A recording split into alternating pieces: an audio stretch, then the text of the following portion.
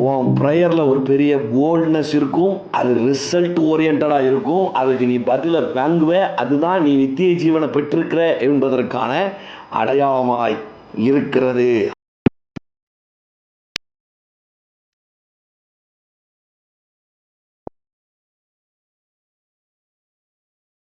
அவர் ஏகோவா ஈரே. சொல்லுங்க, ஏகோவா ஈரே. இந்த ஒரு வார்த்தைக்கு பல அர்த்தங்கள் இருக்கு.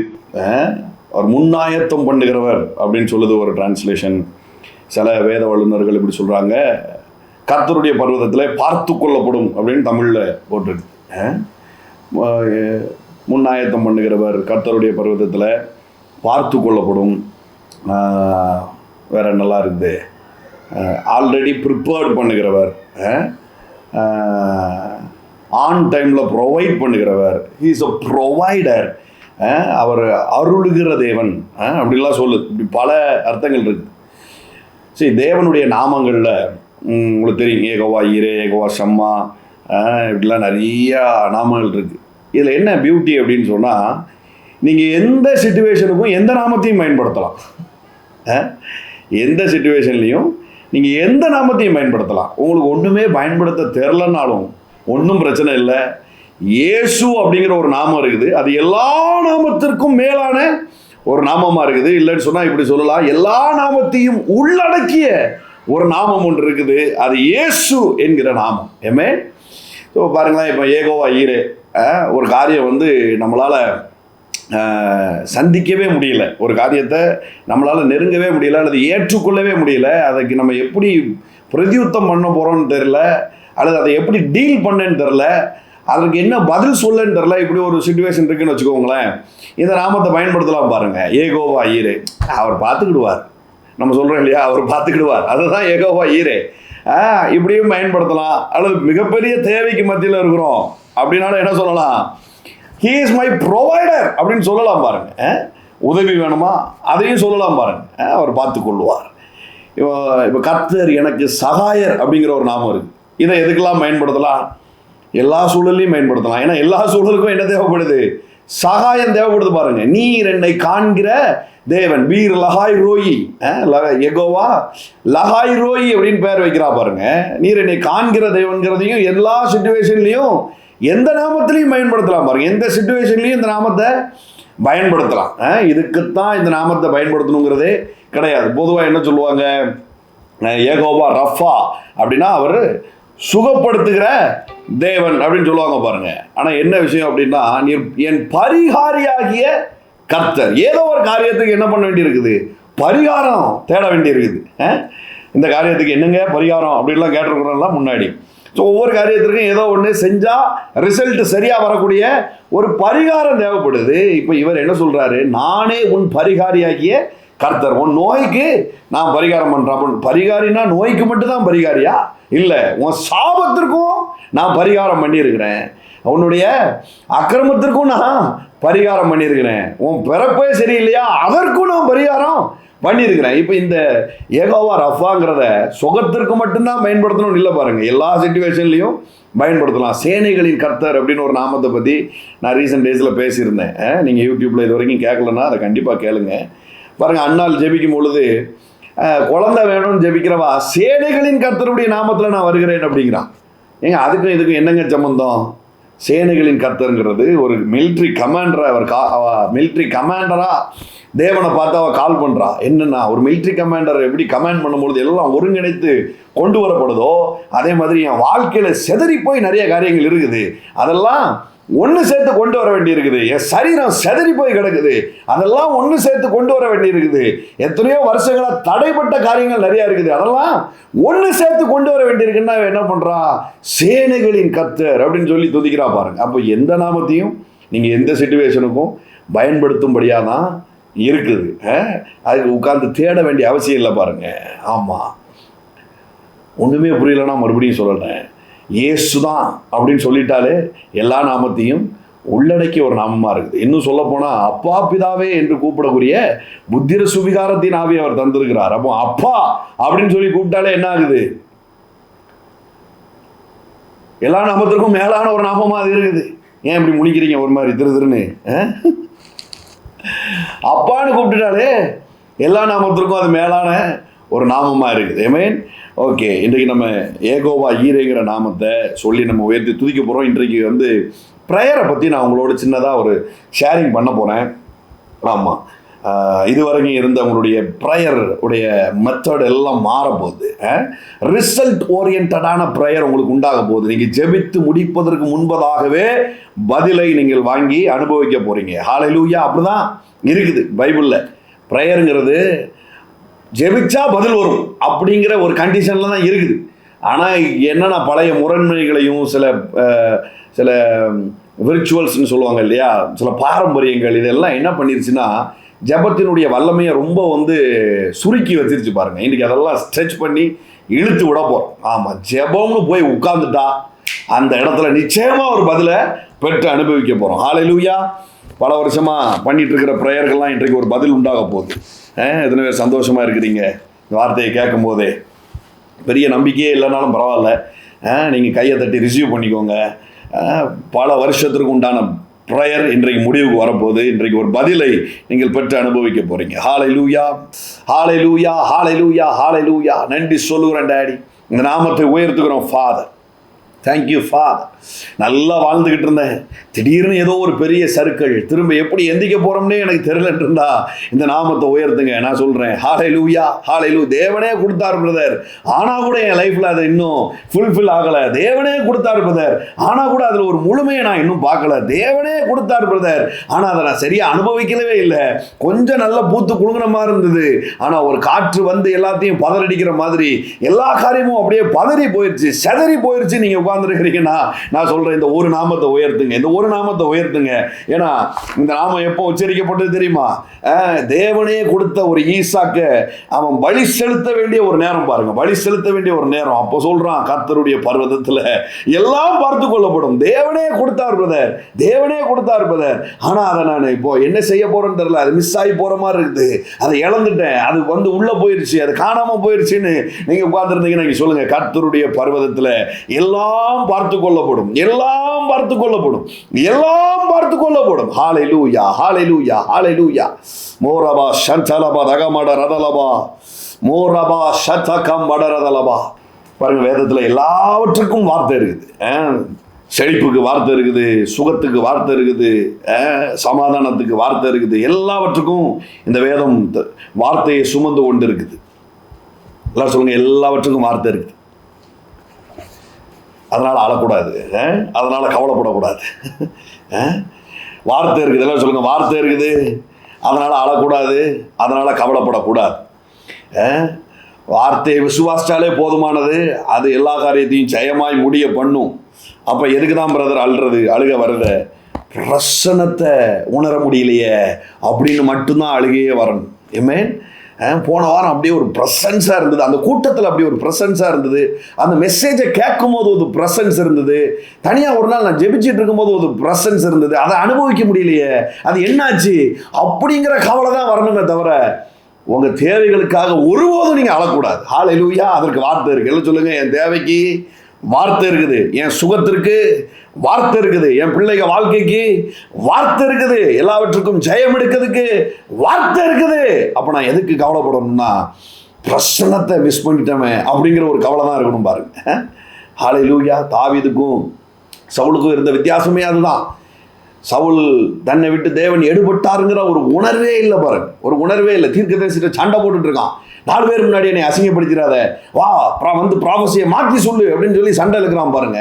வஸ்திரம் எதை பிடிச்சி இழுக்கான், பார்த்தா தீர்க்கதரிசியுடைய வஸ்திரம் கிழிஞ்சிட்டு வேற வழி இல்லாமல் என்ன பண்ணுறாரு, தீர்க்கதரிசனம் சொல்லுதாரு, தீர்க்கதரிசி இப்படி தான் அவன் ராஜ்யமும் கிழிக்கப்பட்டு போகும் அப்படின்றாரு. ஆனால் தாவீதுக்கு முன்பதா அவன் குற்றச்சாட்டப்படும் பொழுது, நாத்தானுக்கு முன்பதா நாத்தான் தீர்க்கதரிசி அவனை குற்றச்சாட்டும் பொழுது கண்ணீர் விட்டு கதறான்.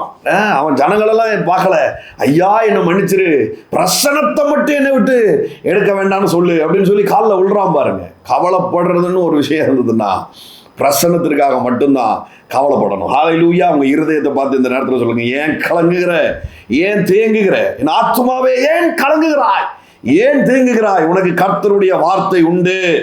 ஏமே உன் சிச்சுவேஷனுக்கு ஏற்ற வார்த்தை கர்த்தரிடத்துல உண்டு, இந்த வேதத்துல உண்டு. ஹல்லேலூயா. அந்த வார்த்தை நிச்சயமா உன் காரியத்தை மாற்றும். அப்போ நீ எதுக்கு கவலைப்படணும்? பிரசன்னத்தை மிஸ் பண்றனே, Lord I need your presence daddy, Lord I need your presence only, நீர் மாத்திரம் போதும். பாருங்க, ஒரு பெத்த பிள்ளைய பறி கொடுக்க வேண்டிய ஒரு சமயத்தில் ஒரு மனுஷனால இந்த வார்த்தையை சொல்ல முடியும்னா உங்களுக்கு என்ன பிரச்சனை? ஹல்லேலூயா. உங்களுக்கு என்ன பிரச்சனை? எல்லாம் சொல்லுங்க, உனக்கு என்ன பிரச்சனை? உனக்கு என்ன பிரச்சனை? அவர் மாத்திரம் போதும்னு சொல்றதுக்கு உனக்கு என்ன பிரச்சனை?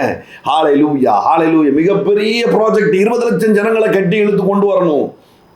ஒரு கிழமை சொல்றான், அப்பா இவ்வளவு பெரிய ப்ராஜெக்ட், இதுக்கு வேற இதெல்லாம் வேண்டாம், எனக்கு உங்களுடைய சமூகம் வந்தா போதும். ஹல்லேலூயா. உங்களுடைய சமூகம் எனக்கு முன்பதாய் செல்லலன்னா எனக்கு இது வேண்டாம், எனக்கு இந்த ப்ராஜெக்ட் வேண்டாம். ஹல்லேலூயா, ஹல்லேலூயா, ஹல்லேலூயா. 80 வயசு கிழவனால இந்த வார்த்தையை சொல்ல முடியும்னா உங்களுக்கு என்ன பிரச்சனை? நான் கேட்கிறேன். ஹல்லேலூயா. அவங்க ஆத்மாவை பார்த்து சொல்லுங்க, 80 வயசு தாத்தா இந்த வார்த்தையை சொல்ல முடியும்னா உனக்கு என்ன பிரச்சனை? உனக்கு என்ன பிரச்சனை? ஹல்லேலூயா, ஹல்லேலூயா. உங்களுடைய சமூகம் எனக்கு போதும். ஆண்டவர் அந்த இடத்துல தான் சொல்றாரு, என் சமூகம் உனக்கு முன்பதாய் செல்லும். நீ அதை கரெக்டா பிடிச்சிட்டடா, நீ கரெக்டா பிடிச்சிட்ட. நீ உன் சரீரத்துல பெரிய வல்லமையை கேட்கல, நீ பெரிய மெஜிஷியன் ஆகணும்லாம் நீ கேட்கல. ஆனா என்ன கேட்டுட்ட? என்னையே கேட்டுட்ட. நீ என்னையே கேட்டுட்டனா எல்லாம் உனக்கு சப்ளை ஆகும். என்னையே கேட்டுட்டனா உனக்கு சரீரத்துல பலன் வரும். என்னையே கேட்டுட்டனா உனக்கு தேவையான ஆட்கள் வரும். என்னையே கேட்டுட்டனா உனக்கு தேவையான பணங்கள் வரும். என்னையே நீ கேட்டுட்டனா உனக்கு சப்ளை ஆக வேண்டிய இடம் மாறும். பரலோகமே உனக்கு சப்ளை பண்ணும். ஹல்லேலூயா, ஹல்லேலூயா. பலவிதமான பிரச்சனைகள்ல நீங்க வந்து உட்கார்ந்துருக்கிறேன். நான் உங்க சொல்றேன், இந்த ஒரு வார்த்தை போதும். ஆமென். நீர் மாத்திரம் போதும். இயேசுவே நீர் எனக்கு போதும். எல்லாரும் சொல்லுங்க, இயேசுவே நீர் எனக்கு போதும். இந்த நாமத்தை உச்சரிக்கும் போதே something gonna happen today. ஆமென். நீங்க வந்த வண்ணமாய் போக மாட்டீங்க. இன்றைக்கு ஒரு பெரிய மாறுதலை அனுபவித்து தான் நீங்க போக போறீங்க. So be careful. ஸ்டே ஆகுங்க. இந்த கூகுள் மீட்ல கனெக்ட் ஆகுங்க. லார்ட், என் சிந்தை செதறக்கூடாது. I want to connect. ஒரு லிட்டில் ப்ரேயர் பண்ணுங்க, ஒரு சின்ன ப்ரேயர் பண்ணுங்க. டாடி, இன்றைக்கு ஏதோ ஒன்றை என் வாழ்க்கையில் செய்ய போறீங்க. ஏதோ ஒரு பெரிய காரியத்தை என் வாழ்க்கையில் நான் அனுபவிக்க போறேன். இது வரைக்கும் கண்டிராத ஒரு மகிமையை நான் இப்போ இங்க இந்த உட்கார்ந்து இருக்கிற இடத்திலேயே நான் பார்க்க போறேன். அதற்காக தான் அந்த இடத்துல நீங்க என்ன சேர்த்து விட்டுருக்கிறீங்க, இதை கனெக்ட் பண்ணி இருக்கிறீங்க. இன்றைக்கு ரட்சணிய நாள், இதுவே அனுக்கிரக காலம். எல்லாம் சொல்லுங்க, இன்றைக்கு ரட்சணிய நாள், இதுவே அனுக்கிரக காலம். இன்னொரு நாளுக்காக நான் காத்திருக்க போறது இல்லை. இன்றைக்கு எல்லாம் சொல்லுங்க, இப்பொழுது, இன்றைக்கே. ஆமென். something going to happen today. hallelujah. thank you holy spirit. So ஜெபத்தை பற்றி இன்றைக்கு நான் லைட்டாக சில காரியங்கள் உங்களோடு பகிர்ந்து கொள்ள போகிறேன். ரெடியாக இருக்கிறீங்களா? சில காரியங்கள் சொல்லும் பொழுது இவ்வளோதானா அப்படிங்கிற மாதிரி இருக்கும். ஆனால் அதை செய்கிறது தான் வலிக்கும். இவ்வளோதானா அப்படின்னு இருக்கும், ஆனால் அதை செய்கிறதுக்கு வலிக்கும். எப்படி நாகமானுடைய சரீரம் சொஸ்தமாகிறதுக்கு தீர்க்கதரிசி போய் யோர்தானில் 7 தடவை முங்கி எந்திரி அப்படிங்கிறான். அவன் என்ன நினச்சிக்கிட்டான், அப்படியே சரீரம் முழுவதும் கையால் தடவி சொஸ்தப்படுத்தி ராபா ஷீபா ராபா தாக்கா மாடாரெல்லாம் பேசி அப்படியே கண்ணு மேலே போய் ஆவியில் நிரம்பி வச்சு வச்சு தலையை பிடிச்சி ஆட்டுன்னு ஆட்டி பேய் ஓட்டுவார், நோயை ஓட்டுவாருன்னு அவன் யோசிச்சுக்கிட்டு இருக்கான். பாருங்க, இவ்வளோ காரியம் நடக்க வேண்டியிருக்கு. நம்ம ஏதோ ஒன்று சாக்ரிஃபைஸ் பண்ண வேண்டியிருக்குது, நம்ம ஏதோ ஒன்று செய்ய வேண்டியிருக்குது. அப்படிலாம் யோசிச்சு வந்து நிற்காம பாருங்க, பார்த்தா சப்புன்னு முடிஞ்சிருது. நான் சொல்கிறேன், இன்றைக்கு உங்கள் காரியங்களும் நீங்கள் என்னெல்லாமோ ரெடி ஆகணும்னு நினச்சிக்கிட்டு இருக்கிறீங்க. இன்றைக்கு எல்லா காரியமும் சப்புன்னு முடிய போகுது. ஹல்லேலூயா. கர்த்தருடைய தீர்க்கதரிசியா சொல்கிறேன் நான், எல்லா காரியமும் சப்புன்னு முடிய போகுது. ஹல்லேலூயா. மோரபா ஷடலபா ரகமடரதல் ரிசீவ் இட். அப்படியே வாங்கிக்கோங்க. ஏன் என்ன அதெல்லாம் கேட்காதீங்க. தீர்க்கதரிசி ஒரு முறை சொன்னா அது சொன்னதுதான். ஆமென். ஹல்லேலூயா. தீர்க்கதரிசி சொன்னா அது சொன்னதுதான். உங்க காரியங்கள் சப்புன்னு முடிய போகுது. ஆமென். சப்புன்னு முடிய போகுது. நீங்கள் ஏதோ அங்கே போய் தேங்காய் உருட்டவும் மாங்காய் உருட்டவும் இப்படிலாம் போய் மலை மேலே ஏறி நின்று செய்ய வேண்டியிருக்குன்னு நினச்சிக்கிட்டு இருக்கிறீங்க. நான் உங்களுக்கு சொல்கிறேன், உங்கள் காரியங்கள் சப்புன்னு முடிய போகுது. ஹாடலபா ஷடலபா தகா மடரதலபா போரபா ஷன்சடரதலபா தியாச்சாக்காம் படரதலபா. இப்போவே அது நடந்துகிட்டு இருக்குது. இதை கேட்டுட்டு இருக்கும் போதே உங்கள் வாழ்க்கையில் அது நடந்துகிட்டு இருக்குது. நீங்கள் இங்கே உட்கார்ந்துட்டு இருக்கும் போதே அங்கே சில காரியங்கள் தலையில் அடித்து உட்கார வைக்கப்படுது. ஆமென். தலையில் அடித்து உட்கார வைக்கப்படுது. ஹாரபா ஷன்சலபா தகமடரதலபா. பாருங்க, சில காரியங்கள் அப்படி தான் இருக்கும். சில காரியங்கள் இல்லை. கிறிஸ்துவுக்கு உட்பட்ட நீங்கள், உங்களுக்கு நான் சொல்கிறேன், உங்கள் எல்லா காரியங்களுக்கும் அப்படி தான் இருக்கும். எப்படி ஒரு பெரிய பூட்டுக்கு, பெரிய கதவுக்கு சின்ன சாவி, அது உள்ளே இருக்கிற பொக்கிஷத்திற்கு எல்லாவற்றுக்கும் பெரிய கதவை பெயர்த்தெடுக்கணுங்கிற அவசியம் இல்லை. பாருங்கள், ஒரு சின்ன சாவி, எல்லாரும் சின்ன சாவி. பார்க்கும்போது எப்படி இருக்கும்? ஏப்பா எவ்வளோ பெரிய கதவு, இதுக்கு இம்புடோண்டு சாவியா? ஆமாம், அப்படிதான் உங்களுடைய விஷயங்களும் இருக்குது பாருங்க. தேவன் வைத்திருக்கிற காரியங்களும் அப்படிதான் இருக்கு. நம்ம தான் நாகமான் மாதிரி யோசிச்சுக்கிட்டே இருக்கோம், என்னெல்லாமோ செய்யணும், என்னெல்லாமோ உருளணும், என்னெல்லாமோ பெறலணும், அங்க பிரதிஷ்டெல்லாம் பண்ணணும் அப்படின்னு நம்ம யோசிச்சுட்டு இருக்கோம் பாருங்க. பாரம்பரியத்திலேருந்து எப்போ வெளியில் வந்தாலும், பழைய இடங்கள்லேருந்து எப்போ வெளியில் வந்தாலும் புத்தி இன்னும் வெளியில் வரல. எகிப்து ஜனங்களுக்கு பாருங்க, சரீரம் வந்துடுச்சு எகிப்தை விட்டு வெளியே, ஆனால் மனசு எகிப்திலேயே இருக்குது. எதுக்கு எடுத்தாலும் அங்கே போகிறானுங்க. நான் அங்கேயே உட்காந்து உருண்டு பிறண்ட மாதிரியே இங்கேயும் உருண்டு பிறண்டு வேஸ்ட்டு. எல்லோரும் சொல்லுங்கள் வேஸ்ட்டு, சப்பையாக முடிய போகுது. ஐயோ சொல்லிக்கிட்டே இருங்களேன், சொல்லும் போதே நடக்க போகுது. சப்பையாக முடிய போகுது, சப்பையாக முடியும். அது எவ்வளோ பெரிய கோர்ட்டு கேஸாக இருந்தாலும் நான் உங்களுக்கு சொல்கிறேன், சப்பையாக முடிய போகுது. அது அவங்களாம் கையெழுத்தே போட மாட்டான், சப்பையாக முடிய போகுது. ஆரபா ஷதலபா தகமடரபா மல்படரபா ஷியந்தலபா தகமடரதலபா. யோர்தானில் போய் 7 முறை முங்கி எந்திரி சரியாயிரும் அப்படின்றாங்க. சப்பையாக இருக்குது, சண்டை போடுதான். என்ன இது, எங்கள் ஊர்லலாம் நதி இல்லையா அப்படின்னு. அப்போ அவன் வேலைக்காரன் சொல்கிறான் பாருங்க, டேய் எவ்வளோ பெரிய காரியத்தை சொன்னால் செஞ்சுருப்பேன் இந்நேரம். அவ்வளோ கிலோ தங்கத்தை கொண்டு வானா எங்கேயாவது போய் புரட்டி கொண்டு வந்திருப்பேன். 100 பேரோட நுனித்தோலை கொண்டு வானா கொண்டு வந்திருப்பேன். ஆனால் இவன் சொல்கிறது விஷயமே கிடையாதுடா, இதுக்கு ஏன்டா இவ்வளோ டென்ஷன் ஆகுதா அப்படிங்கிறான் பாருங்க. தேவன் தன்னுடைய பிள்ளைகளுக்கு என்று காரியத்தை அப்படி தான் வைத்திருக்கிறார்.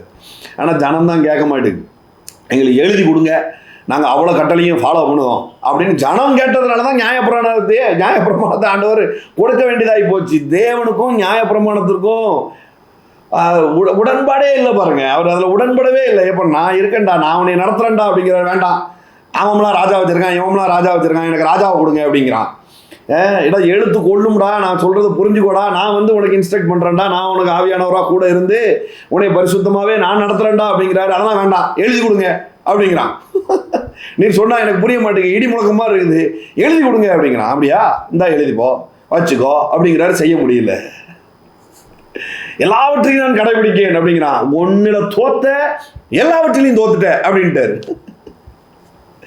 முடியல. இப்போ சொல்றாரு, நான் தான் முதலே சொன்னேன் உன்னால முடியாதுன்னு, எல்லாத்தையும் திக்துறவை இயேசுவை சொந்த ரட்சகரா ஏற்றுக்கோ, என்னையே ஏற்றுக்கோடா, அவ்வளோதான், வேற ஒன்றும் இல்லை, என்னையே ஏற்றுக்கோ, நியாயப்பிரமாணத்தை பிடிச்சி போட்டு தொங்காத, நீ அப்படியெல்லாம் இருந்து பரிசுத்தமாக இருந்து இப்படியாகன்னு சொல்லி வந்து நின்று கடைசியில் நான் கரெக்டாக சொல்லிடுவேன், நீ அதில் தப்பு இருக்குது அப்படின்ட்டு அப்புறம் மறுபடியும் நீ தான் கஷ்டப்பட்டுட்டு போக போகிற. அதெல்லாம் விடு, இயேசுவின் ரத்தத்தினால நான் கழுவப்பட்டு வந்து நிற்கிறேன்ப்பா, உங்களுடைய கிருபை போதும்ப்பான்னு சொல்லுடா, போதும் அப்படிங்கிறார். ஏமே ஹல்லேலூயா, எவ்வளோ சப்பையாக இருக்குது பார்த்தீங்களா? ரட்சிப்பே அவ்வளவு ஈஸியாக இருக்குது. ஆனால் நம்ம ஆட்கள் இன்னும் என்ன பண்ணிக்கிட்டு இருக்காங்க? ரட்சிக்கப்பட்டதுக்கப்புறம் ஒரு பேர் வைக்கிறாங்க பாருங்க, ரட்சிக்கப்பட்ட பாவி அப்படின்னு. ஐயோ, அது வேதத்திலே இல்லாத ஒரு பதம். ரட்சிக்கப்பட்டதுக்கப்புறம் எப்படா பாவி ஆக முடியும்? இயேசுவை சொந்த ரட்சகராக ஏற்றுக்கொண்டா நான் நீதிமான். ஏமே தவறுறேன்னா, ஆமாம் தவறுறேன், சில காரியங்கள் சரியாக பண்ணலை, இன்னும் பாவத்தை செய்கிறேன்னா, ஆமாம் இன்னும் பாவம் செய்கிறேன், ஆனாலும் அவருடைய ரத்தம் என்னை கழுவி என்னை நீதிமான் தான் பேர் வைக்குது. இதை சொல்ல சொல்ல சொல்ல நாளானது பார்த்தீங்கன்னா கொஞ்சம் நாளில் பாவம் செய்கிறதுக்கு நேரம் இருக்காது, பாவம் செய்கிறதுக்கு சிந்தை வராது, பாவம் செய்கிறதுக்கு எல்லாம் எனக்கு டைம் இல்லைங்க, எனக்கு வேறு வேலை இருக்குங்க அப்படின்னு போகிற மாதிரி வேகம் வந்துடுது பாருங்க. ஹல்லேலூயா. ஏமே இவ்வளோ லகுவாக வைத்திருக்கிறாரு. எல்லாரும் சொல்லுங்கள், லேசாக இருக்குது, லைட்டாக இருக்குது. தேவன் வைத்திருக்கிற காரியங்களும் எல்லாமே அப்படி தான் இருக்குது தன்னுடைய பிள்ளைகளுக்காக. ரொம்ப போட்டு முட்டி முணங்கிட்டு இருக்காது. முசுக்கொட்டை இறைச்சலின் சத்தத்தை கேட்கும் போது எந்திச்சு போ அப்படிங்கிறார். ஏமே முசுக்கொட்டை இறைச்சலின் சத்தத்தை கேட்கும் போது எந்திச்சு போ அப்படிங்கிறார். 10 பேர் எல்லாம் ஆட்களை கூட்டிட்டு போக வேண்டாமா, வைக்க வேண்டாமா, அதெல்லாம் வேண்டாம்.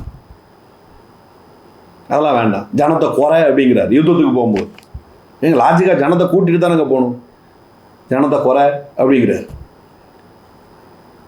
எரிகோ மதில் பெரிய மதிலுங்க, சுத்தி வா அப்படிங்கிறாரு. சுத்தி வா எங்க சுத்தியில் எடுத்துடலாங்க போகணும், சம்மட்டியை எடுத்துடலாங்க போகணும், கடப்பாறையை கொண்டுட்டுலாம் போகணும், சுத்தி வா சொல்றதை செய் அப்படிங்கிறார். ஒரு சில ராஜாக்கள் அதை விளங்கிக்கிறாங்க பாருங்களேன். ஒரு சில ராஜாக்கள் அதை, யோசபாத் ராஜாலாம் விளங்கிடுச்சு அவனுக்கு. இவர் எப்போவுமே ரிசல்ட்டை ரொம்ப சப்பையாக தான் வச்சுருப்பார். இவர் எப்போவுமே காரியத்தை நம்ம செய்ய வேண்டிய பார்ட்டை ரொம்ப சப்பையாக தான் வச்சுருப்பார். போன வேகத்தில் அதெல்லாம் நடந்துடும். ஏன்னா அதுக்கு முன்பதாகவே அவர் எல்லாவற்றையும் ஆயத்தப்படுத்துகிற தேவன். ஏன் சப்பையாக மேட்டரை வச்சுருக்கிறன்னா எல்லாம் ரெடியாக இருக்குது. நீ ஒன்றும் போய் சம்பாதிக்க வேண்டிய அவசியம் இல்லை, நீ சுதந்திரிக்க தான் போகிற. நீ சம்பாதிக்கணும்னு நினைக்கிறதுனால தான் போட்டு ராப்பகலாக உழைக்க வேண்டியது இருக்குது. இல்லை நீ சுதந்திரிக்க போறங்கிற ஒரு சின்ன அறிவு என்ன ஆகுதுன்னா எல்லாம் ரெடியாக இருக்குது, நான் போக வேண்டியது எடுக்க வேண்டியது வர வேண்டியது அப்படின்னு இருக்கும்போது தான் என்ன ஆகுது, காரியமே சக்ஸஸ்ஃபுல்லாக முடியுது பாருங்க. ஹல்லேலூயா. யோசபாத் ராஜாட்ட போய் கேட்டால் அவன் அப்படி தான் சொல்லுவான், துதிக்கிறதுக்கு ஆளை நிப்பாட்டியோ, யுத்தம் யா, பெரிய சண்டை நடக்க போதியா, வார் நடக்க போதியா, நீ என்னையா பேசுகிற, துதிக்கிறதுக்கு ஆளை நிப்பாட்டுப்பா, சப்பையாக முடியும். ஏமே ஹல்லேலூயா எல்லாரும் சொல்லுங்கள், சப்பையாக முடியும். உங்களுடைய எல்லா காரியமும் இன்றைக்கி நான் சொல்கிறேன், எழுதி வச்சுருக்கீங்க. நான் ப்ரேயர் ரெக்வஸ்ட்னு எழுதி வச்சுருக்கீங்க பார்த்தீங்களா, அதில் வந்து இப்படி ஒரு கோடை போடுங்க, போட்டு சொல்லுங்கள் சப்பையாக முடியும் அப்படின்னு எழுதி வைங்க. ஏமே சப்பையாக முடிய போகுது. எழுதினது எழுதினதே, எழுதினது எழுதினதே. ஏங்க அது அவ்வளவு பெரிய லேண்டு பிரச்சனைங்க, ஒரு டாக்குமெண்ட்டும் இல்லைங்க, சப்பையாக முடிய போகுது. கர்த்தருடைய தீர்க்க தரிசனம். Receive it, receive it, receive it, receive it. குட்டி தெய்வங்கள் உபதெய்வங்கள்னு ஏகப்பட்ட பேருக்கு நீங்கள் சப்ளை பண்ணாதாங்க அது நடக்கும். சப்பையாக முடிய போகுது, சப்பையாக முடிய போகுது. தேவையில்லாத குற்றச்சாட்டு என் மேலே விழுந்துட்டுங்க, தப்பே பண்ணிட்டேங்க, இதுலேருந்து எப்படி வெளியே வரேன்னு எனக்கு தெரிலங்க. நீங்கள் சொல்லுங்கள், சப்பையாக முடிய போகுது, சப்பையாக முடிய போகுது. ஹாராபா ஷதலாபாதாக மாடராபு. கர்த்தர் நல்லவர். ஏமேன். ஸோ ப்ரேயரை பற்றி இன்றைக்கி நம்ம பார்க்க போகிறோம். ப்ரேயர் அப்படின்னு வந்துட்டாலே நிறைய பேருக்கு அது எப்படிப்பட்ட நேரமாக இருக்குதுன்னா, கம்ப்ளைண்ட் பண்ணுற ஒரு நேரமாக இருக்கும். தன்னுடைய அனாக்சிட்டின்னு சொல்லுவாங்க இல்லையா, அனாக்சிட்டி, ஆதங்கத்தை கொட்டுற ஒரு நேரம். தப்பே கிடையாது, இதெல்லாம் தப்பே கிடையாது. வேறு மனுஷன் முன்னாடி போய் அழுறதுக்கு, தேவ சமூகத்தில் அழுறது ஒன்றும் தப்பே கிடையாது. ஆதங்கத்தை கொட்டுற நேரம், கம்ப்ளைண்ட் பண்ணுற நேரம், விண்ணப்பிக்கிற நேரம், இப்படிலாம் நம்மளை பொறுத்த வரைக்கும் நம்மளுக்கு அதுதான் தெரியும், அவ்வளோதான் நம்மளுடைய நாலேஜ். ஆனால் உண்மை என்னென்னா, ஜெபங்கிறது ஒரு உறுதியான பதிலை பெறக்கூடிய நேரம். ஆமென். ஹல்லேலூயா. எல்லாரும் சொல்லுங்கள், உறுதியான ஒரு பதிலை பெறக்கூடிய நேரம். ஹல்லேலூயா. இன்னையிலேருந்து உங்கள் ப்ரேயரில் உறுதியான பதில்களை நீங்கள் பெற போகிறீங்க. ஆமென். உறுதியான பதில். எல்லாரும் சொல்லுங்கள், உறுதியான பதில். உறுதியான ஒரு பதில்.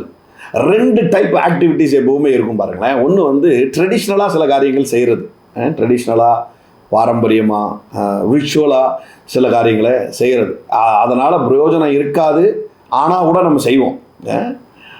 இப்போ பாருங்களேன், இப்போ இந்த கோல்கேட்டு பேஸ்ட் விளம்பரங்கள்லாம் இருக்குது பார்த்தீங்களா, க்ளோஸ் அப் இந்த மாதிரி பேஸ்ட் விளம்பரங்கள்லாம் பார்க்கும்போது அதை வச்சு பல் தேய்ச்சிட்டு ஹா அப்படின்னு சொல்லிட்டா என்ன ஆகும், ஒரு பொண்ணு வந்து மேலே விழுந்துடும். பாடி ஸ்ப்ரே அடித்தா என்ன ஆகும், பொண்ணுங்கள்லாம் வந்து மேலே விழுந்துடும் அப்படின்ட்டு விளம்பரத்தில் காட்டுறான். நம்மளும் ப்ரஷ் பண்ணுறோம் டெய்லி. ப்ரஷ் பண்ணும்போது அந்த அளவுக்கு வெள்ளை ஆகாதுன்னு நம்மளுக்கு தெரியும். இருந்தாலும் என்ன பண்ணுறோம், தேய்ன்னு தேய்க்கிறோம். காலையில் எழுந்திரிச்சு ஃபேஸ் வாஷ் பண்ணுறோம், சோப் போட்டு கழுவுறோம். இதெல்லாம் வந்து சோப் போட போட கலராயிரும் அப்படின்னு நம்பிலாம் பெருசாக போடுறதில்ல பாருங்க. ஏன்னா ஒரு இதாக செய்கிறோம், ஒரு ஒரு பழக்க வழக்கமாக அது நம்மளுக்குள்ள இருக்குது, அப்படியே செய்கிறோம். டெய்லி ரொட்டீனாக சில வேலைகளை நம்ம செய்கிறோம். அதனால் நம்ம நாளைக்கே உலக அழகி போட்டியில் போய் கலந்துக்கிட போகிறதில்ல. போட்டு வெள்ளையாகாதுன்னு தெரிஞ்சாலும் என்ன செய்கிறோம், போட்டு தேய்ன்னு தேய்ச்சிக்கிட்டே இருக்கிறோம். பல்ல தேய்க்கிறோம், மூஞ்சை கழுவுதோம், குளிக்கிறோம். இதெல்லாம் வந்து என்னது, ரெகுலராக நம்மளுடைய ஆக்டிவிட்டீஸாக இருந்துகிட்டே இருக்குது. இதில் ஒரு பெரிய லட்சியம்லாம் ஒன்றும் கிடையாது பாருங்க. இதில் பெரிய லட்சியம், இது ஒரு டார்கெட் அப்படின்லாம் ஃபிக்ஸ் பண்ணி நம்ம என்ன பண்ணுறதில்ல, இந்த ரெகுலரான ஆக்டிவிட்டீஸை நம்ம செய்கிறதில்ல. இது ஒரு டைப். சரியா? இன்னொரு டைப் இருக்குது, ஜிம்முக்கு போகிறாங்க பாருங்கள். ஜிம்முக்கு போகிறவங்க என்ன பண்ணுறாங்க, ஒரு லட்சியத்தோடு உள்ளே போகிறாங்க இல்லையா. நீங்கள் போகிறத பற்றி நான் பேசலை, உண்மையிலே ஜிம்முக்கு போகிறவங்கள பற்றி நான் பேசுகிறேன்.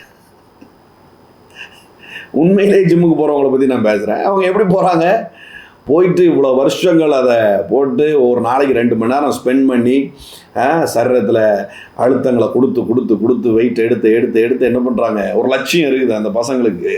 போய் இந்த மாதிரியான ஒரு 6 பேக் வைக்கணும், இந்த மாதிரி பாடியை மெயின்டைன் பண்ணணும் அப்படின்னு என்ன பண்ணுறாங்க, ஒரு டார்கெட் ஃபிக்ஸ் பண்ணி, ஒரு கோல் ஃபிக்ஸ் பண்ணி அதை செய்கிறாங்க பாருங்கள். இப்போ ப்ரேயர்லேயும் இந்த 2 டைப் இருக்குது. மேக்சிமம் மக்கள் என்ன பண்ணுறாங்கன்னா ஃபஸ்ட்டு டைப்பில் தான் இருக்கிறாங்க. வாங்க ஜெபிப்போம், ஒரு குடும்ப ப்ரேயர் அப்படின்னோடனே வந்து உட்காந்துட்டு போன நாளில் நேற்று என்ன ப்ரேயர் நடந்ததோ அதே ப்ரேயர். அன்றைக்கெலாம் ஒரு வீட்டில் சொல்கிறாங்க, ரொம்ப லேட் ஆகிட்டுப்பா, தூக்கமாக வருதுப்பா, சீக்கிரம் ப்ரேயர் பண்ணுங்க அப்படின்னு சொல்லும் போது அப்படியா அப்படின்னு அந்த அப்பா என்ன செய்றாரு, ஆண்டவரே நேத்து பண்ண அதே ப்ரேயர் ஆமென் அப்படின்னு இருக்காரு. ரத்தின சுருக்கமா ஒரு ப்ரேயரை பண்ணுங்க அப்படின்லாம் சொல்லுவாங்க பாருங்க. அப்படியே இருக்குது. சிலர் என்ன பண்ணுவாங்க, ப்ரேயர்னா சம்மந்தமே இல்லாமல் நாடுகளுக்கெல்லாம் ப்ரேயர் பண்ணி, ஆண்டவரே பிரேசிலில் நடக்கிற விபச்சாரங்கள், பாரிஸில் நடக்கிற விபச்சாரங்கள் ஒளிந்து போகட்டும் ஆண்டவரே அப்படிமாங்க. டேய், இதெல்லாம் என்னன்னா என்ன பண்ணுறோம்னே தெரியாமல் பல்ல தேய்க்கிற மாதிரி அவசர அவசரமாக அப்படியே தேய்ச்சிட்டு ஒன்று பண்ணணும் இல்லையா, நம்ம கிறிஸ்தவர்கள் இல்லையா, ஒரு ப்ரேயர் பண்ணணும் இல்லையா பாருங்க. இதெல்லாம் ரிசல்ட்டு தராதுன்னு தெரிஞ்சும் பண்ணுற ப்ரேயர் இதெல்லாம். இவங்களுடைய வாயிலிருந்து எப்படி வரும்னா, ப்ரேயர் பண்ணியிருக்கோம் பார்ப்போம், கர்த்தருக்கு சித்தமானால் அது நடக்கும் அப்படின்ற ஒரு வார்த்தை பின்னாடியே வரும். அப்படி பின்னாடியே வந்துருச்சுன்னா பண்ணியிருக்கிற ப்ரேயர் எப்படிப்பட்ட ப்ரேயரு, இது விர்ச்சுவலான ஒரு ப்ரேயர், சும்மா பண்ணுவோமே அப்படிங்கிற ஒரு ப்ரேயர். இதில் ஒரு கோல் கிடையாது, ஒரு இதே கிடையாது பாருங்க. அப்படி போய்கிட்டு இருக்கு. இந்த ஜிம்முக்கு போகிறவங்க பார்த்தீங்கன்னா தினந்தோறும் என்ன செய்வாங்க, ஒரு வெயிட் எடுப்பாங்க, தினந்தோறும் அப்படி செய்வாங்க. சிலர் உணர்ச்சி வசப்பட்டு என்ன பண்ணுவாங்க, ஒரே நாளில் 8 மணி நேரம் ஒர்க் அவுட் பண்ணுறேன்னு சொல்லி அப்பவும் பாடி ஷேப் மாறும், வேற மாதிரி வீங்க இல்லை, மெதுவாக வீங்க வேண்டியது மொத்தமாக வீங்கிடும். ஒரே நாளில் 500 தண்டால போட்டு தலையில் நின்று வெயிட்டை தாறுமாறாக எடுத்து என்ன ஆகும், பாடி ஷேப் மாறும். பாடி ஷேப் மாறணும் தான் போன பிரதர், பாடி ஷேப் மாறிடுச்சு, வேற மாதிரி ஆயிட்டு அப்படின்னு வந்து நிற்பாங்க பாருங்க. சிலர் ப்ரேயருங்கும் போது உணர்ச்சி வசப்பட்டு என்ன பண்ணிடுறது, 30 வருஷம் பண்ணாத ப்ரேயரை ஒரே நாளில் பண்ண போகிறேன் அப்படின்னு சொல்லி போய் 7 நாள் உபவாசம் போட போகிறேன்னு சொல்லி போய் மாட்டி என்ன பண்ணிடுறது, டயர்டாகி ஹாஸ்பிட்டலில் போய் ட்ரிப்பு போட்டு திரும்ப வந்துடுறாங்க பாருங்க. அதுவும் தப்பு. ப்ரேயர் ரிசல்ட் ஓரியன்டான ப்ரேயருங்கிறது தினந்தோறும் நம்முடைய வாழ்க்கையில் பண்ண வேண்டிய ஒரு விஷயமா இருக்குது. இப்போ தானியல் எடுத்துக்கிட்டோம் அப்படின்னு சொன்னால் சட்டங்களே போடப்படுது. இந்த மாதிரி சிலை வழிபாடு தான் பண்ணணும், இந்த ராஜாவை மட்டும்தான் கும்பிடணும், வேற தேவர்களை வழிபடக்கூடாது அப்படின்னு சட்டமே போடப்படுது. வேதம் சொல்லுது தினந்தோறும் செய்கிறபடி அவன் என்ன பண்ணுறான்னா போய் ப்ரேயர் பண்ணுறான் அப்படின்னு சொல்லுது பாரு. டெய்லி ரிசல்ட் ஓரியன்டான ப்ரேயர். இது வந்து விர்ச்சுவலாக இல்லை, இது வந்து ஏதோ கடமைக்கு செய்யணுமே அப்படிங்கிறது இல்லை. இவனுடைய ப்ரேயருடைய மகத்துவம் அவனுக்கு நல்லா தெரியுது. நான் ஜெபித்தா அது நிச்சயமா நடக்கும் அப்படிங்கிறது நல்ல தெரியுது பாருங்க. ப்ரேயருங்கிறது இது வந்து நம்முடைய ஆதங்கத்தை கொட்டுற வேண்டிய ஒரு நேரம் அல்ல. கொட்டுனா தப்பு இல்லை, ஆனால் இன்னைக்கு மாறணும். அது இன்னைக்கு மாறணும். எல்லாம் சொல்லுங்க, இன்னைக்கு மாறணும். ப்ரேயரில் புலம்பல் இருக்கக்கூடாது, ப்ரேயரில் வந்து கம்ப்ளைண்ட்ஸ் இருக்கக்கூடாது, ப்ரேயரில் ஆதங்கங்களோ ஏன்டவரே இப்படி, ஏன்டவரே ஏன் அப்படி, ஏன் இப்படி, இது இல்லாமல் இவ்வளோ நாள் நீங்கள் பண்ணியிருந்தாலும் தப்பு ஒன்றும் இல்லை. தேவன் அதற்கும் பதிலளிக்கிறவராக இருக்கிறாரு. ஆனால் நான் என்ன சொல்கிறேன்னா, தேவன் சில விருப்பங்களை வைத்திருக்கிறார். இப்போ நம்ம பிள்ளைகள் வந்து சில காரியங்களை கோக்கமாக்கா செஞ்சு கொண்டு வரும், ஆனால் கூட நம்ம அக்செப்ட் பண்ணிக்கிறோம். பட் நமக்குன்னு ஒரு ஒரு ஒரு இது இருக்கும் இல்லையா, இப்படி இல்லை இப்படி செஞ்சுருந்தா நல்லா இருக்குமே நம்முடைய பிள்ளை அப்படின்னு நம்ம யோசிப்போம் இல்லையா. இப்படி செஞ்சிருந்தா ரசனையாக இருந்திருக்குமே, நமக்கு பிடிச்ச மாதிரி பண்ணுதே அப்படிங்களா. அந்த மாதிரி தேவனுக்கு பிடிச்ச மாதிரியான ஒரு விஷயத்தை தான் நான் உங்களுக்கு சொல்ல போகிறேன் வேதத்தின் அடிப்படையில் இருந்து. ரெடியாக இருந்துக்கோங்க. 1 யோவான் 5ஆம் அதிகாரம் 13வது வசனம் பாருங்க. உங்களுக்கு நித்திய ஜீவன் உண்டென்று நீங்கள் அறியவும். எல்லாரும் சொல்லுங்க, நித்திய ஜீவன் உண்டு என்று அறியவும். தேவகுமாரனுடைய நாமத்தின் மேல் நீங்கள் விசுவாசமாக இருக்கவும். தேவகுமாரனுடைய நாமத்தின் மேல் விசுவாசமாக இருக்கிற உங்களுக்கு இவைகளை எழுதுகிறேன். ஒரு குரூப்புக்கு எழுதுறேன் அப்படின்னு சொல்றார். யாருக்கா? நித்திய ஜீவன் உங்களுக்கு உண்டு என்று அறியவும். இந்த இடத்துல பார்த்தீங்கன்னா கிட்டத்தட்ட 40 முறைக்கு மேலே இந்த வேதத்தில் நீங்கள் அறிந்திருக்கிறீர்கள் யூனோ அப்படிங்கிற வார்த்தை வருது. ஆனால் எதெல்லாம் நீங்கள் அறிந்திருக்கிறீர்கள்னு சொல்லுதோ அதை வந்து மதம் என்ன பண்ணிருச்சு அப்படின்னு சொன்னால், அதை நீங்கள் இனிமே தான் பர்சியூ பண்ணணும் அப்படின்னு சொல்லி கொடுத்துருச்சு. இனிமே தான் அதை நீ பிடிக்க வேண்டியிருக்குது அப்படின்னு சொல்லி விட்டுருக்கு. வேதம் தெளிவாக சொல்லுது 1 யோவானில், நீங்கள் நித்திய ஜீவனை பெற்றவர்கள் என்று அறியவும். ஹல்லேலூயா. ஹல்லேலூயா. அப்படியே முதல்ல ரிசீவ் பண்ணிக்கோங்க. இதோட ப்ரேயர் எப்படி கனெக்ட் ஆகுதுங்கிறத நான் உங்களுக்கு சொல்ல போகிறேன். முதல்ல இதை தெரிஞ்சுக்கோங்க. நான் நித்திய ஜீவனை பெற்றிருக்கிறேன். செத்ததுக்கு அப்புறம் அனுபவிக்கிறது எல்லாம் நித்திய ஜீவன். இந்த பூமியில நான் வாழ்ந்துகிட்டு இருக்கும் போதே அனுபவிக்கிறது தான் நித்திய ஜீவன். ஹல்லேலூயா. ஆமென். நான் நித்திய ஜீவனை பெற்றிருக்கிறேன். எல்லாம் சொல்லுங்க, நான் நித்திய ஜீவனை பெற்றிருக்கிறேன். இந்த நித்திய ஜீவனை பெற்றிருக்கிற ஜனங்களுக்கு தான் இந்த யோவான் என்ன பண்றாரு, இந்த நிருபத்தை எழுதுறாரு. நித்திய ஜீவனை பெற்றிருக்கிறவங்களுக்கு தான் அவர் எழுதுறாரு. செத்து பரலோகம் போனவனுக்கு இந்த பைபிள் அங்கே தேவையில்லை, அவனுக்கு இங்கே எழுத வேண்டிய அவசியம் இல்லை. புரியுதா? செத்து பரலோகம் போனவனுக்கு எதுக்கு இங்கே அவன் இந்த பைபிளை வச்சு என்ன செய்ய போறான்? அப்ப என்ன அர்த்தம்? இந்த வார்த்தையை இந்த இடத்துல சொல்லி வச்சிருக்கிறாருன்னா, உயிரோட இருக்கிறவனுக்கு அவர் சொல்லுதாரு, நீ நித்திய ஜீவனை பெற்றிருக்கிறாய். எப்போ நீ தேவகுமாரனை சொந்த ரட்சகராய் நீ ஏற்றுக்கொண்டியோ அப்பவே நித்திய ஜீவனை நீ பெற்றிருக்கிறாய். இதை ஸ்ட்ராங்கா நீங்க அங்கீகரிங்க. உங்க பரிசுத்தத்தை தயவு செய்து தூர வச்சுட்டு, உங்களுடைய நடக்கைகளை தயவு செய்து நீங்க தூர வச்சுட்டு, இந்த ஒரு வார்த்தையை நீங்க பிடிச்சாலே போதுமானது. நான் நித்திய ஜீவனை பெற்றிருக்கிறேன். 12வது வசனம் எப்படி சொல்லுது? குமாரனை உடையவன் ஜீவனை உடையவன், தேவனுடைய குமாரன் இல்லாதவன் ஜீவன் இல்லாதவன். 11வது வசனம், தேவன் நமக்கு நித்திய ஜீவனை தந்திருக்கிறார், அந்த ஜீவன் அவருடைய குமாரனில் இருக்கிறது என்பதே அந்த சாட்சியம். அந்த நித்திய ஜீவனை பத்தி சொல்லிக்கிட்டே வராரு. ரொம்ப முக்கியங்கிறதுனால 3-4 வசனங்கள் இந்த ஜீவன், நித்திய ஜீவன், லைஃப், சொல்லுங்க லைஃப். ஹல்லேலூயா, ஹல்லேலூயா. சொல்லும் போதே டெத் கண்டிஷன்ல இருக்கிறதெல்லாம் எழும்பிரட்டும் இயேசுவின் நாமத்தினால. ஹல்லேலூயா. நித்திய ஜீவன்கிறது செத்து பரலோகத்தில் அனுபவிக்க வேண்டிய ஒரு விஷயம் அல்ல. லைஃப், ஜீவன் அப்படிங்கிறது, நித்திய ஜீவன் அப்படிங்கிறது, எட்டர்னல் லைஃப். இந்த ஒரு விஷயம் அதுதான் கிறிஸ்து தான் நித்திய ஜீவனா இருக்கிறார். இயேசு தான் நித்திய ஜீவனா இருக்கிறார். இதை பிடிச்சிட்டோம் அப்படின்னு சொன்னா வாழ்க்கையில எதுலையுமே டெட் கண்டிஷன் இருக்காது. ஹல்லேலூயா. உங்க பினான்சியல்ல டெட் கண்டிஷன் இருக்காது, உங்க சரீரத்துல டெட் கண்டிஷன் இருக்காது, உங்க வியாபாரத்துல, உங்க குடும்ப சூழல்ல டெத் கண்டிஷன் இருக்காது. இது செத்து அனுபவிக்க வேண்டிய அனுபவம் அல்ல. நீங்க ஜீவனோடு இருக்கும்போது, இந்த உலகத்துல இருக்கும் போதே உங்களுக்கு தேவன் கொடுத்திருக்கிற ஒரு விஷயம் என்ன? நித்திய ஜீவன். இது எனக்குள்ள இருக்குன்னு நீ அறியவும். ஏன் அறியணும்? அறிஞ்சாதான் இது ஆக்டிவேட் ஆகும். அப்பதான் நீ கேள்வி எழுப்ப, ஏன் இது டெட் கண்டிஷன்ல இருக்குது? ஏன் இது டெட் கண்டிஷன்ல இருக்குது? எப்படி அக்கௌண்ட்ல பணம் இருந்தும் செக் ரிட்டர்ன் ஆனிச்சுன்னா ஒரு கேள்வி ஆகுது. அக்கௌண்ட்ல பணம் இருக்குது, செக் ரிட்டர்ன் பண்ணிட்டான், அதை எப்படி ரிட்டர்ன் பண்ணலாம் அப்படின்னு ஒரு கேள்வி வருது. அப்பதான் அவன் சொல்லுவான், கையெழுத்து மாறி இருக்கு, இந்த இடத்துல நீங்க அடித்துட்டீங்க அப்படின்னு ஏதாவது ஒன்று சொல்லுவான் பாருங்க. ஏதாவது ஒன்று சொல்லுவான். அப்போ அக்கௌண்ட்ல பணம் இருக்கு, ஆனா ஏன் செக் ரிட்டர்ன் ஆகுது? நித்திய ஜீவன் இருக்கு அப்படிங்கிற அறிவு வந்தாதான் அந்த கேள்வியே வரும். அந்த கேள்வி வந்தாதான் எதுல நம்ம என்ன ஓட்ட விட்டுருக்கோங்கிறத கண்டுபிடிக்கவே முடியும். அதனாலதான் இவர் தெளிவா சொல்றாரு, நித்திய ஜீவனை நீங்கள் பெற்றிருக்கிறீர்கள் என்கிற அதை நீங்க அறியவும். எல்லாரும் சொல்லுங்க, அறியவும்.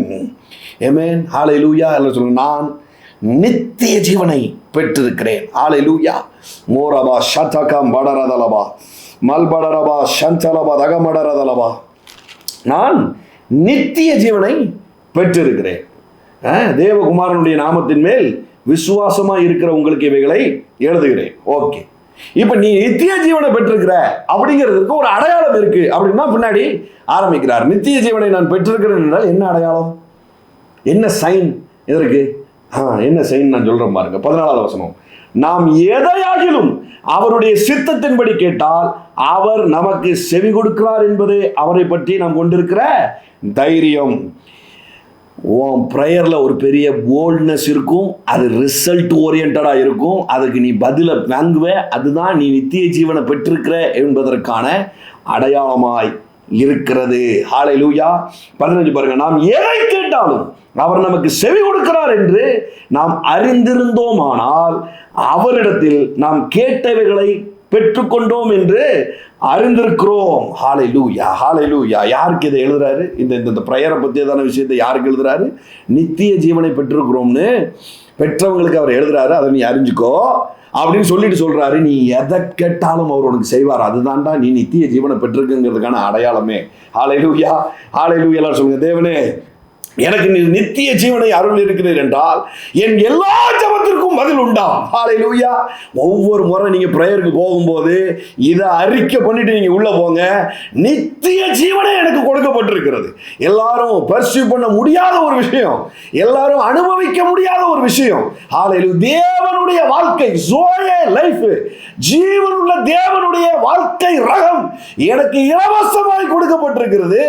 இது எனக்குள்ள வந்துட்டனாலே போதும், நான் பிரேயர் பண்ணா கேட்காம இருக்காது. அதுதான் அடையாளம் அப்படின்னே சொல்லிட்டார். ஆமென், ஆமென், ஹல்லேலூயா. நீங்க இந்த ஸ்கூல் ஸ்டூடெண்ட்ங்கிறதுக்கான அடையாளம் என்ன? உங்க யூனிஃபார்ம். நீங்க தான் இந்த ஸ்கூலுடைய ஸ்டூடெண்ட்ங்கிறதுக்கு அடையாளமே அந்த யூனிஃபார்ம் தான். அப்படின்னா என் ப்ரேயர் ரிசல்ட்டாக இருக்கணும், என் ப்ரேயரில் 100% ரிசல்ட் வரணுங்கிறது அது நித்திய ஜீவனை நான் பெற்றிருக்கிறேன் என்பதற்கான அடையாளமாக இருக்குது. ஹல்லேலூயா. ஏமோ ரபா ஷதலபா தகமடரதலபா. இல்லை சொல்லுங்க, நான் நித்திய ஜீவனை பெற்றிருக்கிறேன், என் ப்ரேயர் ரிசல்ட் இல்லாமல் இருக்காது. ஹல்லேலூயா. என் ப்ரேயரு ரிசல்ட் இல்லாமல் இருக்காது. சொல்லுங்க, நான் நித்திய ஜீவனை பெற்றிருக்கிறேன். Glory to the living God. Holy Spirit. இப்போ ஒரு ப்ரெஷர் கொடுக்கறதுனால நான் உங்களுக்கு சொல்கிறேன், நிறைய ப்ரேயர் ரெக்வஸ்ட்டு பிள்ளைகளை குறித்தே இருக்கும் பாருங்கள். பிள்ளைகளை குறித்து தானே ப்ரேயர் ரெக்வஸ்ட்டாகவே இருக்கும். பிள்ளைகளை குறித்து தானே ப்ரேயர் ரெக்வஸ்ட்டாகவே இருக்கும். பேரண்டிங் பற்றி தானே நிறையா மோட்டிவேஷ்னல் இதெல்லாம் நான் கேட்டிருக்கிறேன். பேரண்டிங் பற்றி, பிள்ளை வளர்ப்பை பற்றி நிறையா மோட்டிவேஷ்னல் விஷயம். அதெல்லாம் கேட்கும்போது பார்த்தா செய்யவே முடியாத விஷயத்தை தான் சொல்லியிருப்பாங்க. ஒரு நாளைக்கு 6 மணி நேரம் 7 மணி நேரம் பிள்ளைகளோட ஸ்பெண்ட் பண்ணுங்க அப்படிலாம் நிறைய சொல்லியிருப்பாங்க பாருங்கள். அதெல்லாம் எனக்கு முடியாத ஒரு காரியமாக இருக்கும். பல ஊர்களுக்கு போகிறோம், பல நாடுகளுக்கு போகிறோம் அப்படின்னா எப்படி அது சாத்தியமாகும்? அப்போ அப்படின்னா பிள்ளைகளை நம்ம மிஸ் பண்ணிடுவோமா? இப்படிலாம் ஒரு பல கேள்விகள் வரும் பாருங்கள். அப்போ ஆவியானவர் எனக்கு சொன்னார், பிள்ளைகளை என்னிடத்துல வரவிடு, தடை பண்ணாதே.